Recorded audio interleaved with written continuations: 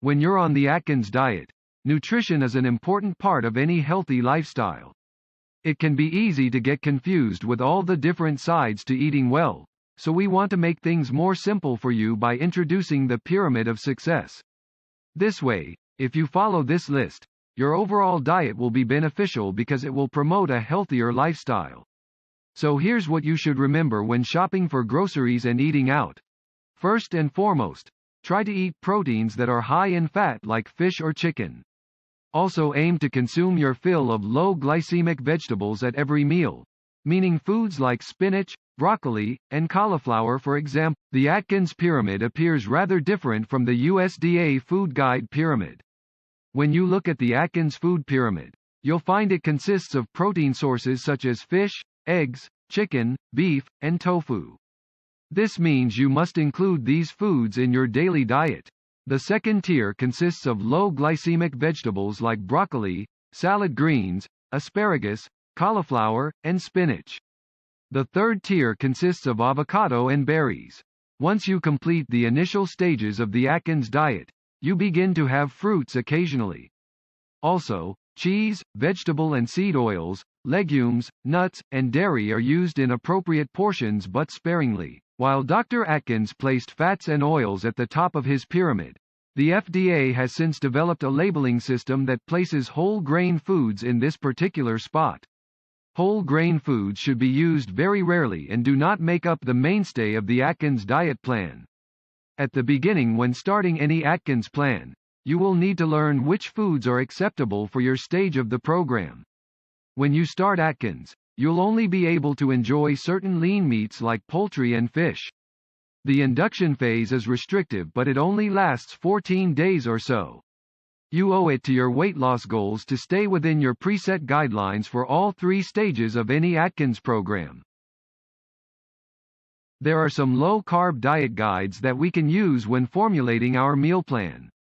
There's an Atkins cookbook a lot of people have used in the past, and there are many different cookbooks out there for other popular diets such as paleo or keto for example. Having a cheat sheet of what foods you can and cannot eat is very useful, especially if we ever find ourselves caught off guard when hungry and we might need to search through our memory banks to figure out what sort of low-carb meal we could eat. It's important to always make sure you're on top of your snacking game when trying to lose weight. Sometimes you're just in a rush or have the munchies and don't have time to prepare your snacks beforehand. It can be easy to fall prey to products that are supposedly low-carb, but really aren't. Carrying a list of acceptable foods with an app like Carb Manager on your phone or tablet makes finding a snack or meal while out on the run easy. And sometimes even labeling something as low-carb isn't so accurate anymore, as manufacturers are jumping on the Atkins diet bandwagon. Rather than relying on this kind of label, it's better if you carry a list of acceptable foods with you so you know exactly what you've got coming down the pipe. Another good resource for helping you stay up and running on your low-carb, high-fat diet is an online diet program. Some are free to join and others require a small monthly fee, but either way they both make it easier for you to structure your daily menus that revolve around the food pyramid and your personal carbohydrate gram level by providing you with handy weekly meal plans that usually come with printable grocery lists, so there's no time spent in the market trying to figure out what you need. The books and some other specialized resources might also be of real use the first few weeks of your Atkins-style diet, as they help you get used to making healthier yet tasty food selections without feeling like you're missing out by not having all the junk food around. One of the most common and surprising effects of following the Atkins diet is appetite suppression. It's reported by many followers that the between-meal hunger pangs they used to experience fade away very quickly, which makes it easier to stay on the diet and continue losing weight. Other diets have their followers starving between meals, but with Atkins, its combination of specific foods and ingredients make it an effective diet because it has powerful appetite-suppressing effects. The Atkins diet contains a lot of protein, which has been shown to be one of the key ingredients to success on the plan. Protein, in general, is something that takes much longer to leave our bodies, meaning it stays with us for long periods of time, and makes us feel fuller for much longer than carbohydrates do.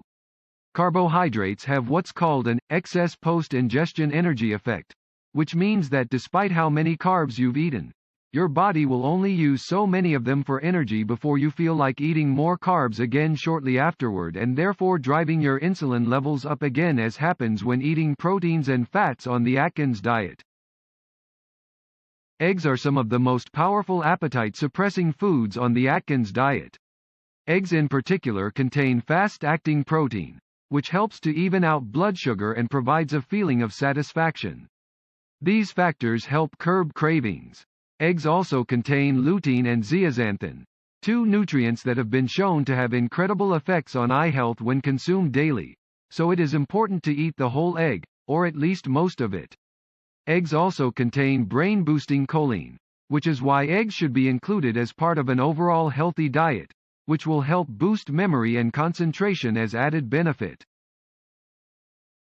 A new study published in the Journal of Nutrition claims that people who consume eggs for breakfast tend to feel less hungry throughout the day than those who choose bagels and cream cheese on cereal such as waffles or pancakes. The research involved both a control group and an experimental group and observed how different types of breakfasts impacted hunger levels and overall satisfaction over time. Participants tracked their food intake throughout the day and answered questions about their level of hunger and levels of satisfaction every 3 hours.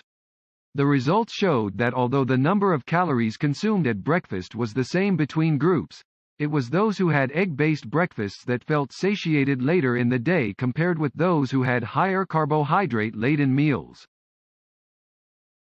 Broccoli and cauliflower both have appetite-suppressing effects. These vegetables are very bulky and they help make your stomach feel full. When your stomach feels full, it will actually create a chemical response in your body that decreases your appetite because it believes that your stomach is full of high-calorie foods. This will happen regardless of what is in your stomach. You can achieve the same results without being hungry with water and psyllium husk fiber. Both broccoli and cauliflower provide bulk in your diet and are essential vegetables on the Atkins plan. The Atkins diet program is based on high protein consumption, which is an excellent strategy to help you stabilize your blood sugar levels. This will keep cravings for carbohydrates at bay and allow you to get back to a place of even energy levels throughout the day. There's nothing worse than being hit with sugar crashes after eating too much sugar. The problem is that this cycle always tends to continue and slowly you begin to have more food and gain weight.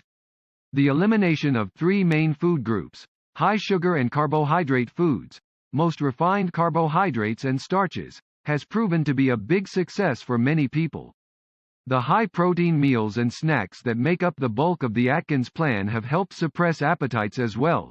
However, they tend to fill you up quickly because they're very rich in protein, which may lead some dieters to overeat.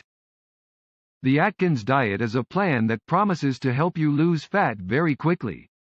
I've actually seen some great results from the program, but you also need to remember it has its own risks as well.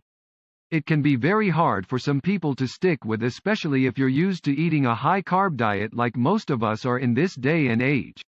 So make sure you really think things over before signing up, and don't give yourself any more than 3 months on it. By then, if you've managed to follow your new way of eating without giving into temptation, then well done. Best of luck.